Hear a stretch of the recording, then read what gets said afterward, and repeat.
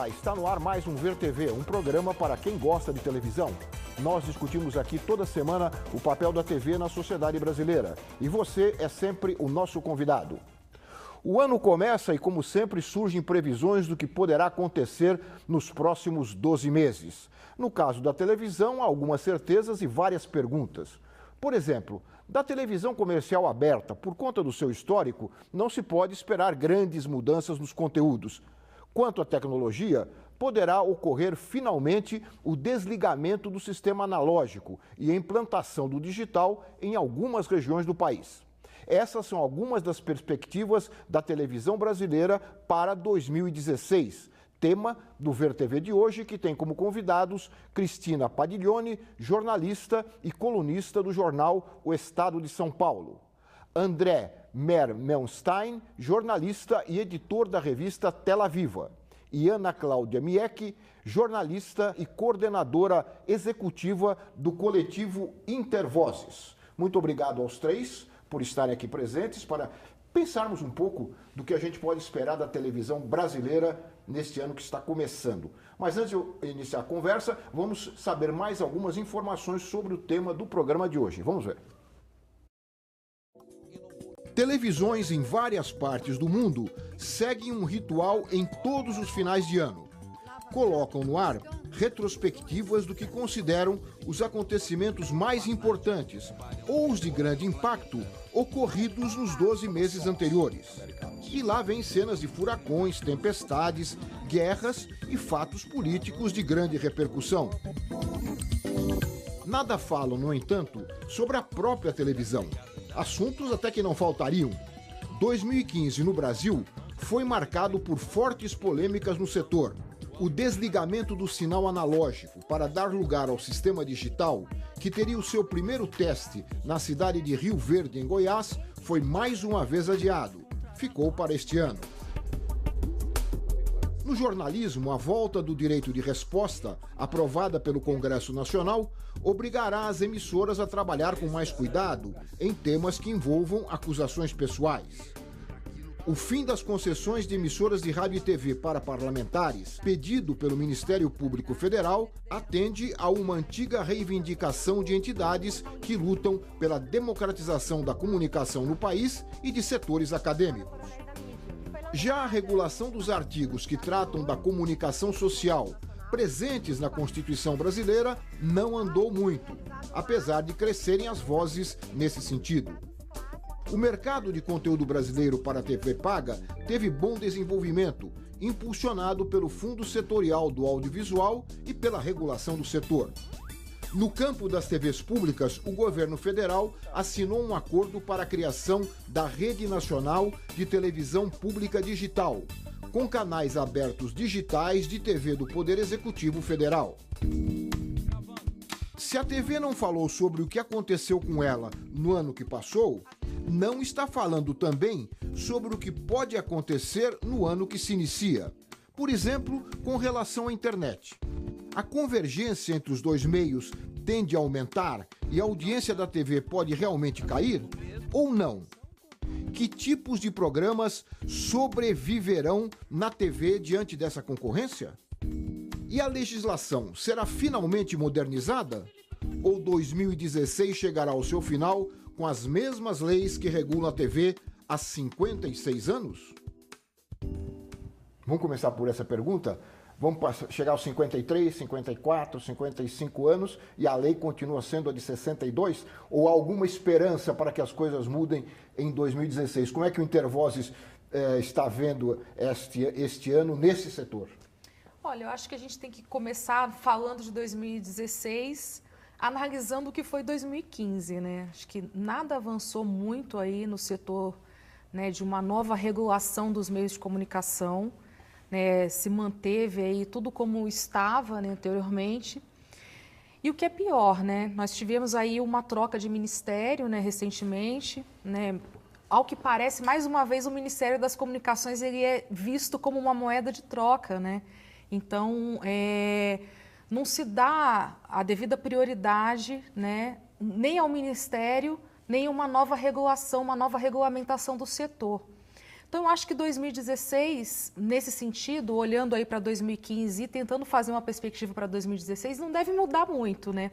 O cenário político que a gente tem hoje, ele também não está dando muito espaço para você reivindicar grandes mudanças, mudanças estruturais, né? Até por conta aí dessa estabilidade que a gente tem no país, tanto do ponto de vista econômico, né? Tanto do ponto de vista político, com, né, esse pedido agora de impeachment.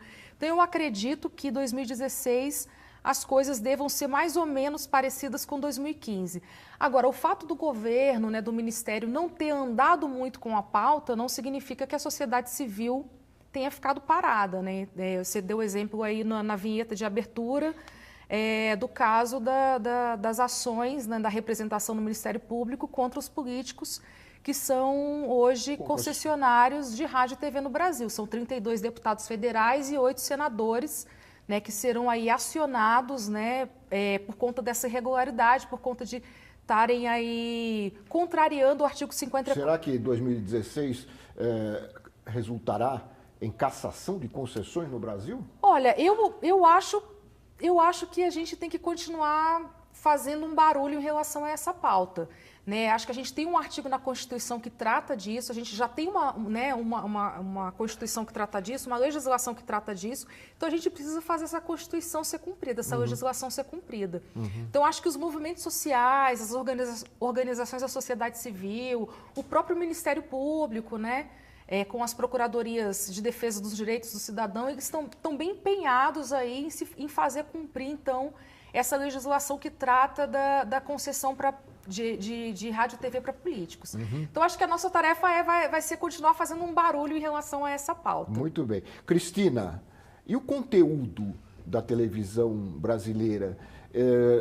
Há indicações, né, de que a queda da audiência não se dá apenas por causa da concorrência com a internet. Também há opiniões dizendo que a queda também é resultado de um conteúdo cada vez mais repetitivo. Como é que você vê essa questão? Haverá ousadia alguma vez na televisão brasileira? Eu acho que não, mas se a gente pegar a televisão começa sem ousadia. A televisão começou em 1950 com os produtos que davam certo do rádio. Exatamente. E de 20 anos para cá a gente tem coisas que dão certo na internet, no cinema e que eles incorporam para a televisão. O Porta dos Fundos é um exemplo muito latente disso, né? Que todos os integrantes fizeram televisão antes e aquilo não aconteceu na televisão, aconteceu na internet. É verdade. E a partir do sucesso da internet, todo mundo falou, opa, então podemos pensar em fazer alguma coisa e tal. Então, não tem ousadia, ela busca já fórmulas muito avalizadas. Mas o que eu acho que é cada vez mais... o que não vai retroceder é essa onda de novas gerações que não consomem mais televisão. Então, você tem hoje um público, a televisão está envelhecendo. Ela tem um público cada vez mais velho e cada vez mais jovens que não sabem, como a gente estava conversando aqui antes, quem é o William Bonner, né? É impressionante isso. Eles estão consumindo outras coisas. Mas sabe quem é o Homer Simpson, né? Você sabe como é que é isso, sabem quem é o Homer, com certeza.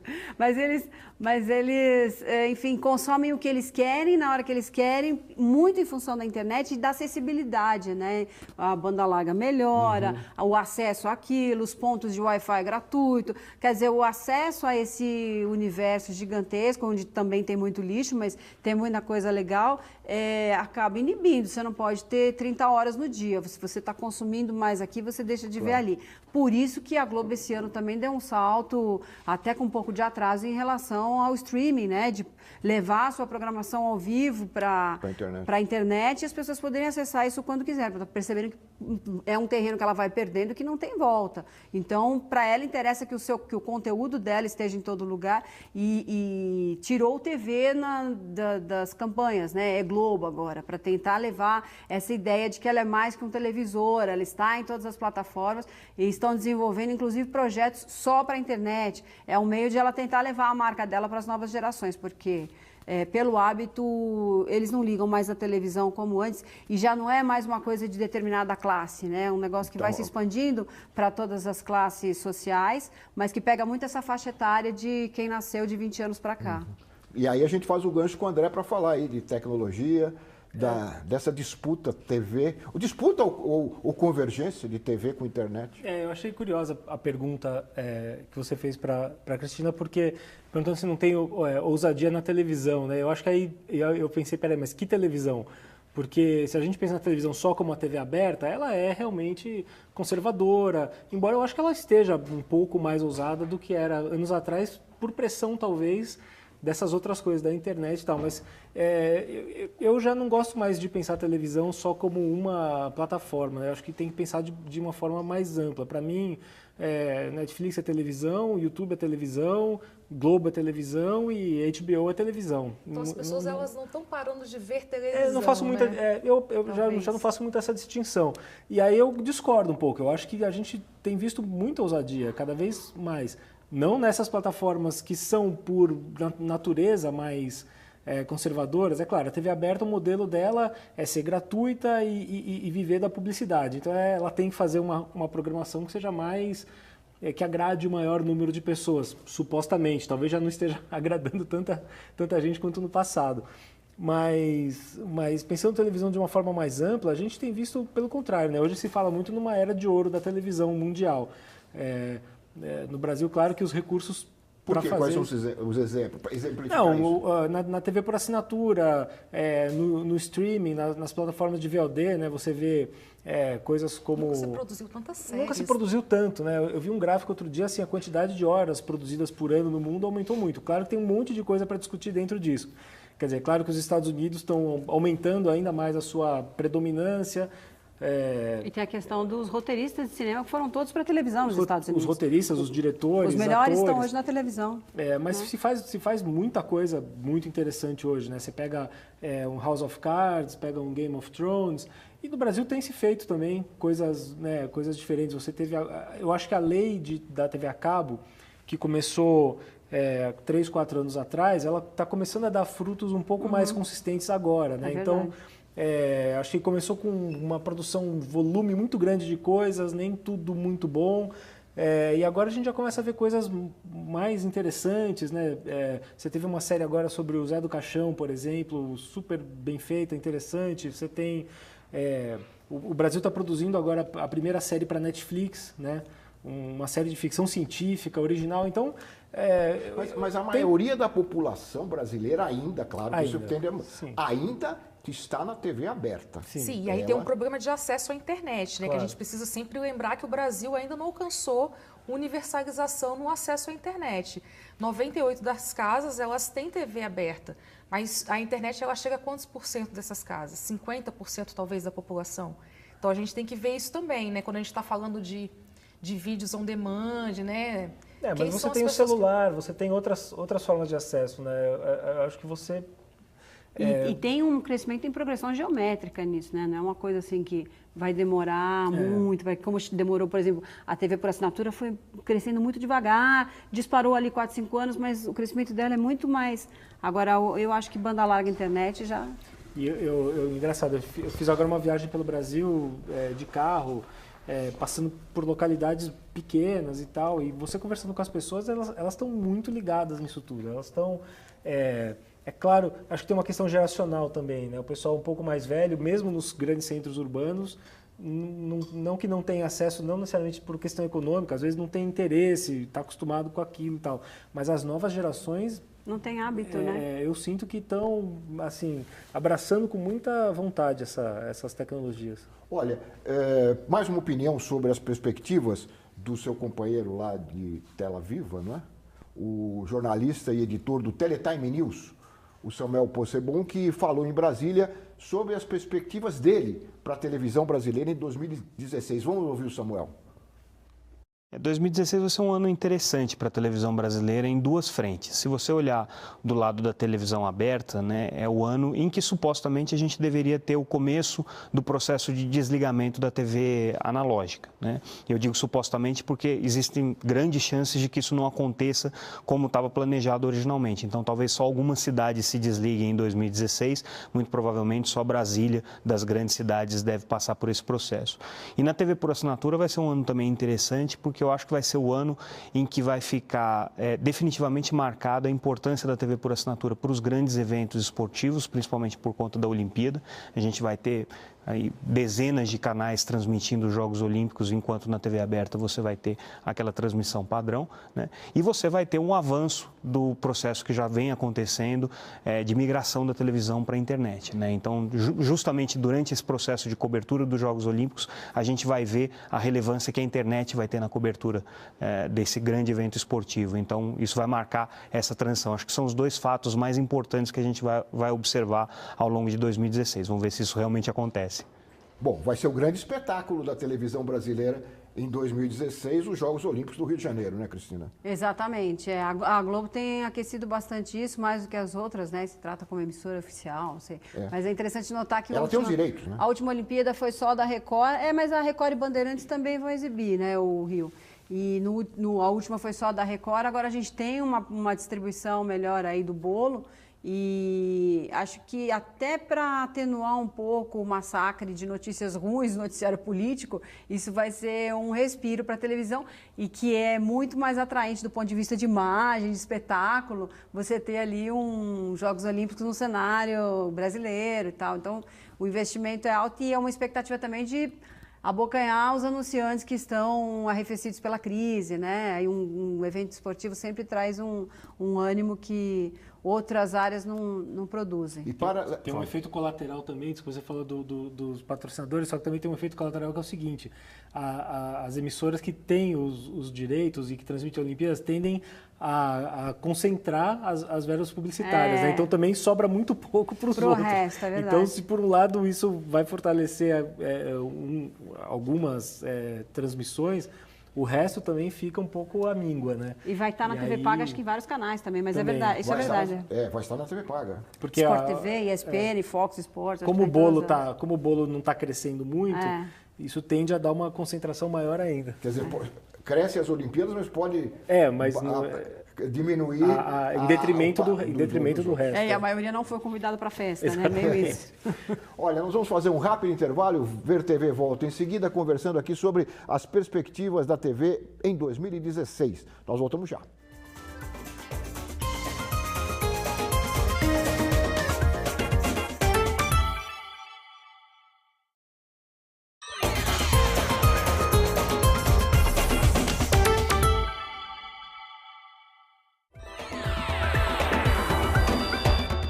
Nós estamos de volta com o Ver TV, que conversa hoje sobre as perspectivas da televisão brasileira para 2016.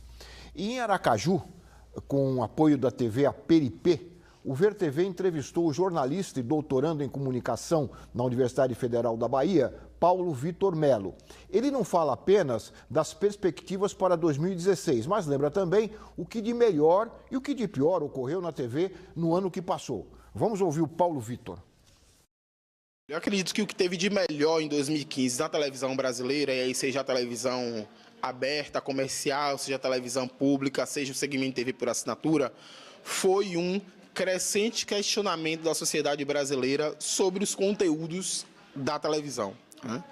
Seja em manifestações de rua, seja em manifestações espontâneas ou coordenadas por redes sociais, a população brasileira, especialmente as parcelas que estão organizadas em sindicatos, em movimentos sociais, em ONGs, tem questionado cada vez mais os conteúdos da televisão, né? Tem questionado em que medida a televisão representa ou não os interesses da população, em que grau ou não a televisão representa a diversidade que marca a sociedade brasileira. E acho que o de mais negativo que aconteceu em 2015, eu destacaria aí dois aspectos. O primeiro é o permanente enfraquecimento das experiências públicas, comunitárias, alternativas de televisão, isso por uma opção deliberada do Estado brasileiro, né, que não investe nessas iniciativas, enquanto investe bastante nas emissoras comerciais, principalmente por meio de publicidade estatal, e também um conservadorismo dos empresários do setor, em taxar, embradar a qualquer proposta de mudança regulatória uma pecha de censura. Eu diria que, em termos de perspectiva para a televisão no próximo ano, em 2016, nós temos um cenário de campo aberto, né? Como diz a música, né? Um cenário em que pode acontecer tudo, inclusive nada. Por que nós colocamos isso? Porque, se do ponto de vista tecnológico, a cada dia a televisão ela tem uma novidade, não só a televisão, como todos os meios de comunicação, a todo dia aparece uma novidade tecnológica, do ponto de vista regulatório e legal, pouca coisa mudou desde a década de 60. né? Do ponto de vista da conformação do mercado, poucas mudanças aconteceram. A televisão, ela, nos últimos anos, tem sido muito questionada até a sua própria legitimidade enquanto um canal de informação que trate a informação com um distanciamento necessário, né? Então, as pessoas hoje questionam muito as opiniões e a informação que é colocada na televisão. Então, a televisão ela também vai precisar se reinventar. Mas isso não cabe só aos empresários do setor, porque essa não é a responsabilidade de cada emissora. Esse é o papel do Estado, né? Já que estamos falando de uma concessão pública. Então, cabe ao Estado, em 2016, decidir se vai encampar a televisão como um fator de desenvolvimento e, para isso, precisa ser democratizada, como uma reforma fundamental para a democracia do país, a reforma das comunicações, ou se vai a televisão continuar sendo esse espaço em que é um espaço de lucro para poucos e de apenas acesso à informação para a maioria da população. Eu queria frisar o que ele fala nessa última frase, o acesso à informação da maioria da população através da televisão. É o que mostraram as pesquisas do ano que passou, né? Duas pesquisas da Secretaria de Comunicação da Presidência da República diz que a maioria absoluta da população brasileira se informa pela televisão. E o Paulo Vitor lembra que há uma série já de críticas à qualidade dessa informação.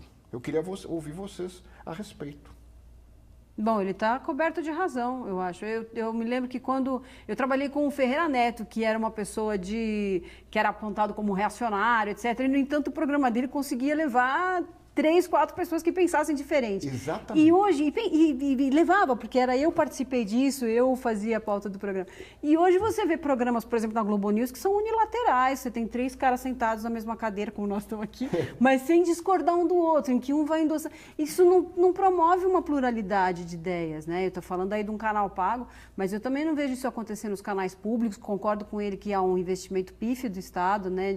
Numa comunicação que devia ser chamada comunicação pública, devia ser para o público, devia ter um investimento nisso e acaba sendo mais atravancado. Nós fizemos um Ver TV aqui e trouxemos aqui o economista Luiz Gonzaga Beluso, a economista Leda Paulani, um outro professor da Unicamp, para mostrar que existem perspectivas para a economia brasileira que não passam na televisão. Então, essa falta de contraste nos debates, nas discussões, isso não está na televisão. Os repórteres não contestam as respostas que às vezes você sabe que não é aquilo, né? Não vejo isso, que no jornal impresso, que ainda tem, né? Jornal impresso, mesmo o jornalismo que é feito na internet, o cara fala uma cascata e o repórter contesta e tal, e na televisão é tudo muito plácido, né? E que não cabe mais no modelo de hoje, assim, talvez tenha sido sempre, mas não cabe mais, as pessoas já sabem que não é aquilo, né? Tem um exemplo recente que eu acho que ele revela muito disso, que é o caso dos atentados, né, em Paris, ao bar Bataclan e outros espaços. Você conversava com as pessoas comuns, na rua, sobre o que tinha acontecido e elas sabiam dar para você a história do bar Bataclan. Elas sabiam quando ele foi fundado, a que ele serviu, que era uma casa de shows, sabiam até os nomes dos brasileiros que estavam em Paris no momento e que, né, fizeram parte daquela tragédia. Mas se você perguntasse sobre Estado Islâmico, o papel da Turquia, o papel dos Estados Unidos, da Rússia, né? Em tudo isso que está acontecendo hoje, as pessoas não sabem, porque o jornal na TV aberta, ele só pega o espetáculo, né? Aquilo que vira espetáculo. A informação que dá origem, né, àquela crise que está posta ali, ela fica muito não tem profundidade. Não tem profundidade, é um pano de fundo que você nem enxerga, né? Eu me lembro que no caso da Boate Kiss, por exemplo, tinha algumas televisões com uma estrutura enorme lá, né, em Santa Maria, e no entanto as melhores histórias ainda estavam nos impressos, as pessoas contando as histórias daquelas pessoas, daquelas famílias, o que aconteceu exatamente para causar um incêndio, era muito mais completo, assim. Então tem uma coisa rasa que não necessariamente se justifica pelo tempo. Exato. Que aí fala, o jornal tem meia hora. Até porque em outros canais fechados, você consegue ver um outro tipo de jornalismo, às vezes, né, dependendo do canal, um outro tipo de jornalismo que aprofunda mais os temas. Então, por que a gente não consegue ver isso Agora, na TV o Paulo aberta? Vitor fala também, segundo ele, já há uma reação de setores da sociedade a esse tipo de jornalismo. Vocês percebem isso, Ana, você no Intervozes, quer dizer, já há uma desconfiança Sim, em relação ao acho que que a televisão fala? Eu acho que sim, eu acho que 2013, né, as manifestações de 2013 mostraram bastante isso, né, as pessoas foram para as ruas e as análises, né, dos filósofos, dos sociólogos, depois até demonstram um pouco isso, que houve um reposicionamento, inclusive, de alguns editoriais de jornais, né, televisivos em relação àquelas manifestações. Sim. Então você percebe que as pessoas foram para as ruas já com seus cartazes, né, fora o tal emissora X, fora a emissora Y, porque elas percebiam que havia de alguma forma um endereçamento, né, daquilo que estava sendo dito, né, e até uma tentativa, de repente, de reforçar um perfil do manifestante em detrimento de outro. Então, acho que sim, existe um movimento de contestação e eu acho que a própria TV brasileira, e aí talvez pensando em perspectivas para 2016, do ponto de vista do jornalismo, teria que se reposicionar em relação a isso. Eu acho que a Globo se reposicionou um pouco em 2015. Né? O próprio Jornal Nacional ficou mais interativo, corrige algumas informações na hora, no momento, informações que os internautas contestam na hora, no momento. Essa coisa das redes sociais tem provocado. Isso eu ia falar. As pessoas estão mais informadas também, estão se informando de outras formas. Elas estão se formando de outras fontes. Embora a internet também tenha muita desinformação, né? Às vezes é difícil filtrar, mas pelo menos já existe um contraponto. A informação né, circula muito mais, não tem dúvida. Existe um contraponto. Não tem mais aquela hegemonia total de, embora 90% das pessoas se informem ainda pela televisão, mas acho que hoje você tem acesso pelo menos a outras...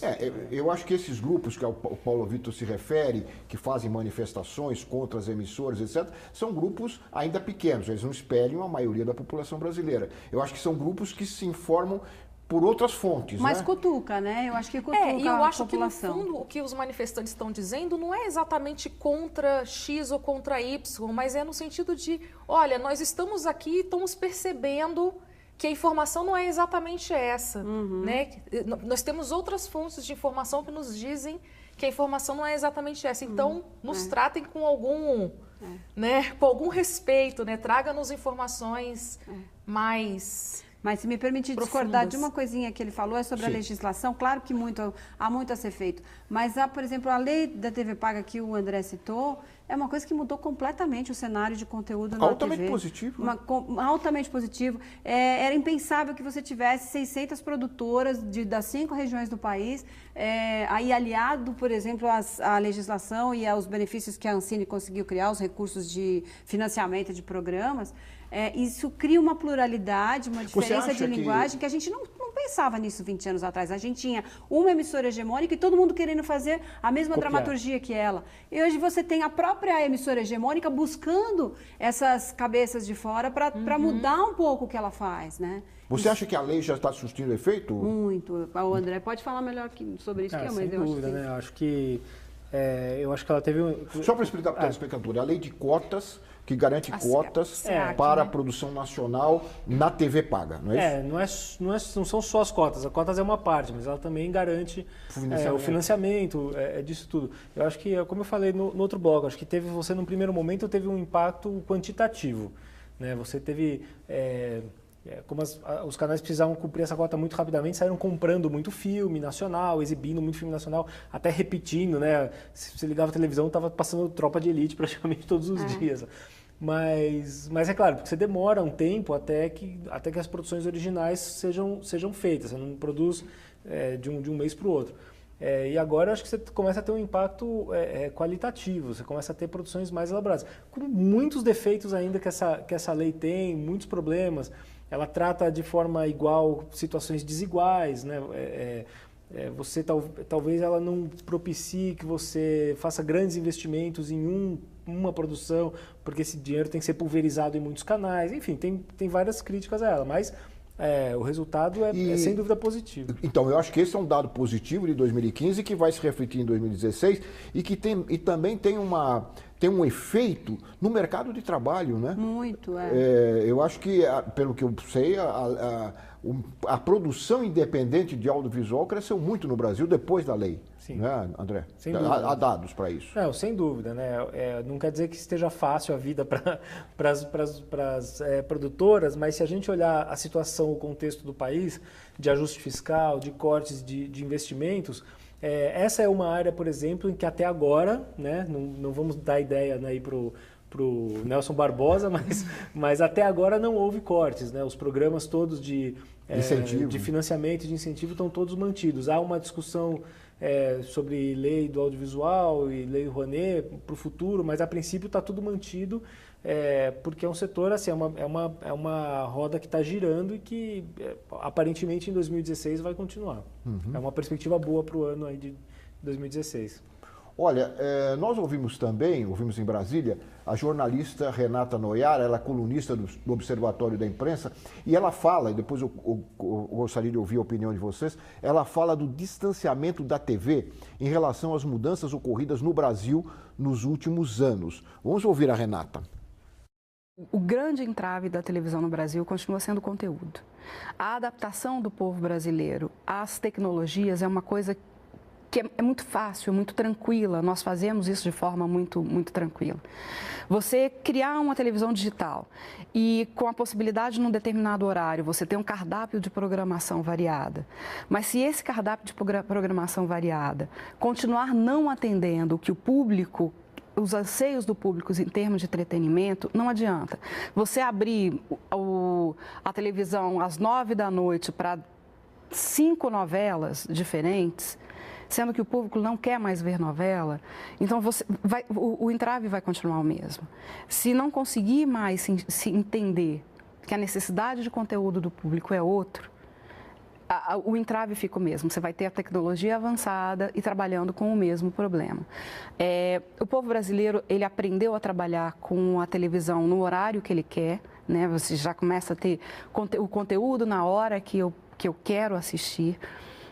Você esperar o horário do jornal para você ter a notícia já é uma coisa que não cabe mais.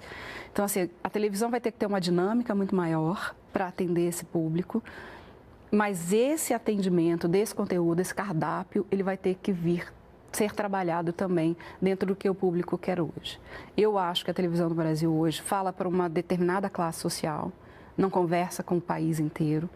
E enquanto você não conseguir entender o que é o país inteiro, o que quer o país inteiro, você vai continuar tendo excelente tecnologia e audiências cada vez mais baixas. Então, a TV digital, ela pode ser um momento em que você construa, em alguns momentos, canais que consigam dialogar com o país. Mas, para isso, vai ter que se conhecer esse novo país. O país mudou mesmo, né? O país mudou. Há uma outra... há uma ampliação, pelo menos no consumo, isso é evidente, né? Eu acho que é isso que a Renata está insistindo. Será que a televisão percebeu isso? Quer dizer, não só no consumo, mas também, eu arrisco dizer, também na educação formal, né? Será que não está se criando um público mais crítico e a televisão não percebeu isso? Pergunto. Eu acho que talvez... De novo, assim, aqui televisão a gente se refere. A televisão aberta. A televisão aberta, especificamente, eu acho que cai naquilo que eu já tinha dito. Ela é generalista por definição, né? E é claro que ela está no mundo inteiro perdendo audiência, não é um fenômeno brasileiro. Não sei se por uma inadequação do que o público quer, mas porque ela necessariamente ela tem que atingir um número muito grande de pessoas. E aí as pessoas que têm outros interesses, que não tinham outra opção, agora tem. Vão para a TV para assinatura. Isso explica um pouco a queda de audiência. Eu acho que sim. Eu acho que a TV aberta ela nunca vai atender os nichos de interesse, a não ser, claro, a TV pública, né? Que acho que ela cumpre mais essa função de atingir interesses específicos da sociedade. A TV aberta ela é um negócio, a TV aberta comercial ela é um negócio que vive da publicidade, para isso ela tem que fazer essa coisa... Mas se ela perde audiência, ela perde publicidade. Mas aí ela se mexe. aí ela consegue, talvez, se adaptar. E acho que a gente tem visto algumas mudanças. Não sei, eu percebo, acho que Cristina pode falar muito melhor sobre isso do que eu, mas aquela ideia da novela, né, que sempre era no apartamento de classe média alta, do Leblon, não sei o que, isso não é mais, né? A própria novela já tenta achar outros cenários, achar outras realidades. Claro, muito lentamente, muito sutilmente, às vezes, mas eu acho que a questão é que as pessoas estão achando outras formas de se informar, como a gente disse, de se entreter, e isso vai levar... Esse descolamento existe nesse sentido, eu acho. Muito bem, vamos fazer mais um pequeno intervalo e o Ver TV volta já conversando sobre as perspectivas da televisão para 2016. Nós voltamos já.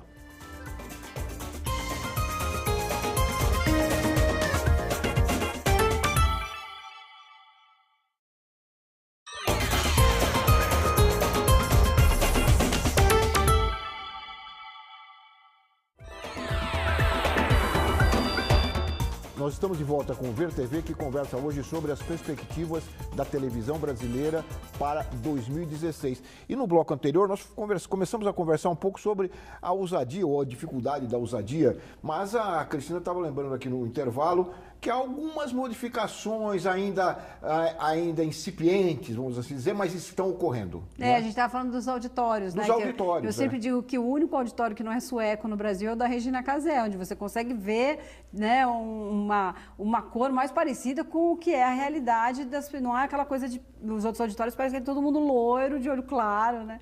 Mas mesmo essa visão da menina linda da primeira fila desapareceu um pouco dos auditórios. Eles estão, eu acho que hoje eles conseguem fazer um elenco mais plural e que não seja ali tão exclusivamente de modelo. Você acha que a tendência é essa? Porque você lembrou a televisão sueca, já há depoimentos de que há mais negros na televisão sueca ou finlandesa do que no Brasil. As próprias novelas, né? Que eu não concordo que as pessoas não queiram mais ver novela, porque as novelas continuam sendo uma receita muito importante para as emissoras abertas. O grande acontecimento do ano foi uma novela bíblica na Record, né? E era uma novela, linguagem de folhetim e tal, então ainda tem um peso forte. Mas também isso, o elenco quase não tem essa representatividade, né? É o que o Paulo falou da falta de diversidade. Né? O jornalismo não tem. Então aparece a Maju Coutinho no Jornal Nacional, isso vira um caso de, olha, uma negra, moça do tempo. Não pode ser isso, né? E a gente ainda está mencionando isso porque é realmente... quase uma exceção, não poderia ser. As próprias redações, aí não só a televisão, também no jornalismo, tem muito pouco negro. Então ainda tem um negócio de as pessoas darem voz e saber que essas pessoas, essa pluralidade de cores e de propriedade, né? A gente não tem, às vezes, nas novelas uma restrição às pessoas mais velhas, você vê que ator vai ficando com 50, 60 anos, começa a reclamar da falta de papel. Então essa mistura acho que tem sido mais contestada e de alguma forma tem se procurado equilibrar um pouco mais. Eu quero crer que sim, não sei. E você acha que a tendência é que isso se aprofunde? Eu acho que sim, por causa da história das redes sociais. Hoje sempre tem alguém para cutucar uma massa de pessoas, ainda que ainda seja um nicho, mas uma massa, né? É uma massa já de quem está no Twitter, Facebook, Instagram, quer dizer, já tem um time considerável de pessoas. A gente não está falando de um grupo de discussão, né? De uma pesquisa representativa, você pode falar melhor que eu sobre isso. Mas existe muita gente cutucando coisas que não deveriam estar ali, que deveriam ser diferentes e tal. Eu acho muito saudável isso. Outra questãozinha que a gente mencionou no VT de abertura, e o Samuel mencionou também no depoimento dele, mas nós não comentamos, o finalmente, ou não, a ocorrência do desligamento do sistema analógico no Brasil. Estava previsto para começar agora no final do ano passado, foi postergado agora, se não me engano, para fevereiro, o primeiro teste, né? E a expectativa é que a gente tenha ou não televisão digital universalizada no Brasil em 2016. Haverá ou não? Em 2016 eu acho bastante difícil. A meta do governo, ele tem dito que é 2018, né? Então, assim, eu também acho difícil diante da conjuntura que a gente está passando. A população tem que comprar o conversor, né, de TV digital, tem que ter digitalização do parque industrial, né, das produtoras, das emissoras de TV. O próprio governo tem que fazer um investimento bem alto para essa transição, né, chegar aos seus finalmente. Então, assim, eu acho que é uma meta que pode aí não ser cumprida até 2018. Né? Mas o governo está dizendo que vai cumprir, até porque ele tem um acordo com as tags, né, as empresas de tags, em relação aos 700, né, a faixa dos 700 MHz, que foi leiloada em 2014, se eu não me engano, né, e que vão ser utilizadas, então, pelas empresas de tag para a tecnologia 4G, ou seja, para expandir a tecnologia de telefonia móvel, né, de dados móveis. Então, até 2018, o governo precisa liberar a faixa onde estão as TVs analógicas, que é essa faixa dos 700 MHz, né, para cumprir aí o acordo que teve com as tags. Agora, se ele vai cumprir ou não, eu estou achando bastante complicado diante da conjuntura que a gente tem hoje, né, e até desse adiamento aí, né, do teste, da cidade teste, que é Rio Verde, né, que seria agora em novembro, já adiaram para fevereiro. Né, mas as expectativas não estão aí tão alinhadas. E a sua, André, você que vem acompanhando essas questões? Só lembrando um pouco o histórico, acho que nem todo mundo é familiarizado, né? Originalmente, quando se começou a digitalizar a TV, o desligamento total seria em 2016, né? Depois se mudou o decreto e foi uma coisa escalonada que começaria em 2015 e iria até 2018, como a Ana bem colocou. E aí assumiu-se o compromisso de liberar, porque a TV analógica utiliza frequências, né, de rádio, que seriam então liberadas para as empresas de telecomunicações que já botaram dinheiro para ela, criaram uma empresa chamada EAD, que é responsável por fazer essa transição, uma empresa que tem um fundo muito grande de dinheiro, que vai, por exemplo, está fazendo lá em Rio Verde, por exemplo, de comprar conversores para as famílias, principalmente as famílias do Bolsa Família, agora até do Cadastro Único, até ampliou tudo, para as famílias que não têm a TV digital ainda. Para poderem sintonizar a TV digital. Exatamente, Exato. porque a regra diz que você só pode... A questão não é mais digitalizar, já tem grandes parte da cidade está digitalizada. A questão é desligar o analógico, né? Digitalizado já está, alguma parte razoável. E quando você desliga a TV analógica, quem não tem um aparelho de TV que recebe o sinal digital ou o conversor, simplesmente vai deixar de ver televisão. Fica preta a tela. Fica preta, não tem mais nada, fica chuvisco. Então, o que está combinado na regra é que você só vai desligar nas cidades em que tenha pelo menos 93% dos domicílios recebendo o sinal digital, né? E aí é complicado, porque a porcentagem real, mesmo nessa cidade de Rio Verde, que é uma cidade pequena, uma cidade de piloto, é muito menor. Mesmo com a distribuição de conversores, que não é um processo simples, você não deve atingir esse número. E agora já se fala em mudar mais uma vez a política toda, abrir um monte de exceções para que isso não aconteça. A gente sabia que ia ser um processo muito complicado. Até porque da parte das próprias emissoras não houve um interesse grande, um investimento grande, enfim, não querem também abrir mão Elas têm um conforto, né? Exatamente, tem lá o seu latifúndio eletromagnético. Porque você se abre para o digital, você vai aumentar a concorrência, sem dúvida. Né? Talvez não necessariamente, mas você está abrindo mão eventualmente de uma parcela do seu público, né? Vamos ver, é mais uma interrogação para 2016. Mas há uma outra pergunta, voltando aqui às perspectivas. Com a concorrência das novas mídias, a gente já tem falado aqui ao longo do programa das novas mídias. A pergunta que se faz é a seguinte: o crescimento da internet vai fazendo com que a televisão aberta, ou mesmo a televisão paga, ela tenha que procurar outros nichos, outros caminhos. A pergunta que se faz é: o que poderá restar para a televisão tradicional, com esse crescimento das novas mídias, particularmente da internet? Nós fizemos essa pergunta para o diretor-geral da TVE da Bahia, o José Araripe Júnior. Vamos ouvir o Araripe, a resposta dele. A TV vai continuar mudando os hábitos de assistência de audiovisual vão continuar mudando nesse ano que vai vir.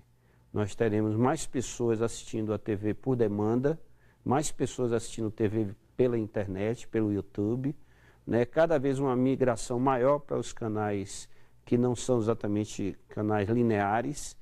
Nós da Aberta vamos sofrer cada vez mais um êxodo de espectadores.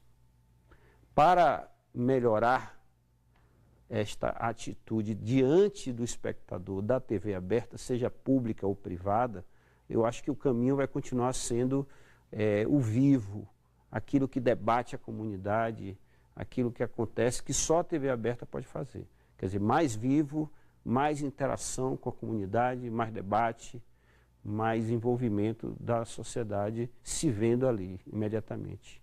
Eu acho que a TV em 2016 vai continuar no processo de queda da qualidade, a TV aberta, cada vez mais comprometida com um popularesco, com religião, com um jornalismo muito comprometido politicamente.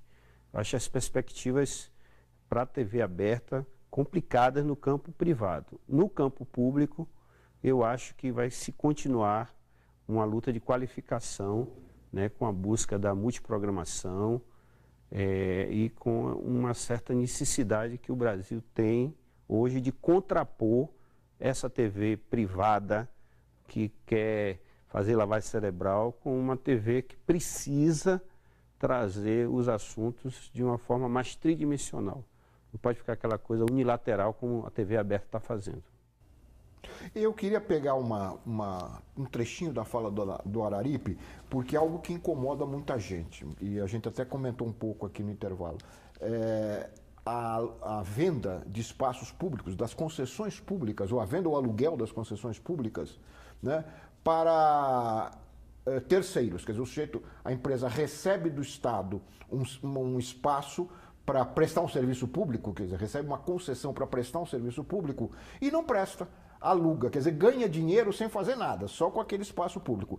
E isso a gente tem visto basicamente nessas emissoras que transmitem ou fazem proselitismo religioso ou vendem produtos, anéis, tapetes, etc. Será que em algum momento a gente terá uma discussão mais aprofundada desse tipo de uso, né, do espaço público pela televisão brasileira, do meu ponto de vista, bastante, quer dizer, que compromete muito, né, a própria finalidade da televisão? Será que em 2016 nós teremos pelo menos uma discussão um pouco maior desse tipo de serviço prestado? Eu não vejo melhora nesse cenário, não. A Bandeirantes era até outro dia a única emissora que tinha no coração da faixa nobre um horário alugado para a igreja. Não tem né? mais? Agora tem ela e outras. Era a única que tinha, né? Agora você vê, a Rede TV também tem, a Gazeta também tem. Então, num momento de crise, a primeira coisa que aparece é uma igreja disposta a pagar por isso e a abastecer o caixa das emissoras. E das concessionárias. A própria Bandeirantes do Canal 21 é inteiramente dedicado à igreja, né? Eu já perdi a conta de qual mas não vem ao caso. Vem ao caso que não foi dada uma concessão para isso e acho que tem uma legislação para isso, tem muito pouca vontade do Estado em mexer não com as concessionárias, mas com as igrejas, né? Uhum. De se colocar de uma maneira o pastor vai falar mal dos políticos ou de quem quer que seja. Existe um temor em relação ao que será pregado no culto se ela for mexer com a igreja do fulano ou beltrano, porque eles compram horário na televisão. E as televisões acho que apresentam isso para o Ministério das Comunicações como se fosse um conteúdo, uma opção de programação, como se ela pagasse para a igreja para estar ali e não o contrário, né? Uhum. Não é declarado isso, mas é uma coisa de fachada que todo mundo sabe que... Já há recursos, né? Acho que o Intervozes também tem ações baseadas em pareceres do professor Fábio Comparato, né? Sim, mostrando a ilegalidade desse tipo de ação. Porque você, na verdade, você está vendendo ali e existem os comprovantes, né, de compra e venda desses horários, que a gente chama de arrendamento, né? Pode acontecer tanto para a igreja, mas também acontece para os shoppings eletrônicos, né? Que aqui também compram esses canais. E é ilegal, assim, o que a gente tem que deixar claro que isso é ilegal, contraria, né, o Código Brasileiro de Telecomunicações e o Decreto de 63, que diz que você só pode vender a título de publicidade, 25% da sua grade de programação. Uhum. E hoje nós temos casos de emissoras aqui em São Paulo que vendem 24 horas da sua programação para publicidade. Para publicidade, 100%, né? Então, quer dizer, é ilegal. Eu acho que sim, se a gente não consegue, de repente, fazer uma mudança estrutural do ponto de vista de revisar todo o marco regulatório, né, das comunicações, como eu disse no início, tendo em vista o ano de 2015 e o que a gente espera aí para 2016, pelo menos esses pontos, né, que já estão contidos na legislação, que a gente já tem marco, né? já são flagrantes, a gente já tem marco legal para isso, a gente já tem Ministério Público envolvido, a gente deveria avançar, então, em 2016. Eu espero que a gente consiga avançar, assim, eu sei que o cenário é difícil, que é isso, a gente está mexendo com políticos donos da mídia, igrejas donas da mídia, né? Então a gente mídia. E a mídia. É o poder real, né? É o poder real. Ô, Ana, eu acho que você já deu a tua perspectiva aí para 2016. Nós estamos chegando ao final do programa. Eu queria ver também a do André e da Cristina. Legal. Eu concluiria, pegando um pouco do gancho dela, eu acho que essa questão do arrendamento, além da flagrante ilegalidade, e aí já entrando na resposta, ela também mexe num ponto fundamental que... hoje em dia, acho que a palavra-chave para qualquer negócio de comunicação é relevância, né? Por que as pessoas gostam da rede social? Por que as pessoas gostam do YouTube? Porque elas enxergam lá relevância, enxergam uma coisa que diz alguma coisa para elas que é importante para elas. Eu acho que nesse cenário de fragmentação, essas emissoras, e elas já perceberam isso, é claro que elas precisam desse dinheiro, mas elas já perceberam que se elas destroem a sua programação com esse tipo de coisa, elas vão se tornando cada vez mais irrelevantes. Isso. E aí pode digitalizar, pode fazer o que quiser, que as pessoas, né, não vão se interessar por aquilo. Então, eu acho que esse clique, de alguma forma, já deu. É difícil de sair dessa arapuca que elas armaram para elas mesmas, mas eu acho que cada vez mais é isso. Quem se mantiver relevante vai ter espaço. Uhum. Cristina, para concluir... Pegando carona no André, a relevância está em todas as plataformas e a televisão deixa de ser um pouco mais do que já é, né, o restrita ao televisor. A gente está falando disso já há algum tempo, não é uma coisa que aconteceu de um ano para o outro e nem que vai se consumar, afinal, né, que vai acabar em 2016. Mas o movimento das emissoras das emissoras na radiodifusão e nos canais pagos é de procurar se estender para todas as telas de uma maneira que não se perca a audiência, né? Mas que essa fragmentação, que se consiga juntar os fragmentos desse bolo o máximo possível para se ter um preço por isso, né? E o próprio Ibope avançou bem esse ano nessa junção de plataformas para oferecer para o anunciante uma perspectiva de quanto significa a audiência de um programa, por exemplo, citando aí um que acabou, mas que tinha uma relevância na internet, o CQC, que tinha uma importância muito grande na web. Então, eles pegam a audiência de uma televisão, um YouTube e conseguem mais ou menos traçar um preço para isso, né?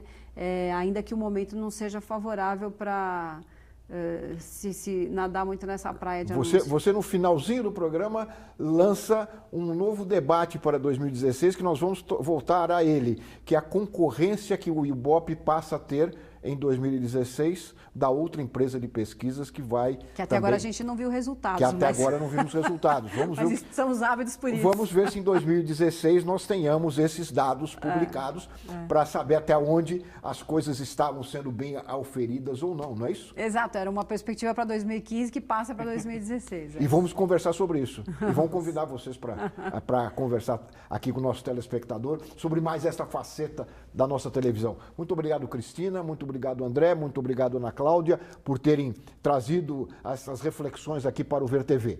Eu quero agradecer a você que nos acompanhou também, lembrando que todos podem entrar em contato conosco pelas redes sociais, das quais falamos tanto aqui, Twitter, Facebook ou diretamente pelo nosso endereço eletrônico, que é o vertv@ebc.com.br. E você também pode assistir ao Ver TV e a íntegra das entrevistas que nós mostramos aqui no site do Ver TV na internet. Até a semana que vem com mais um Ver TV, um programa para quem gosta de televisão. Até lá!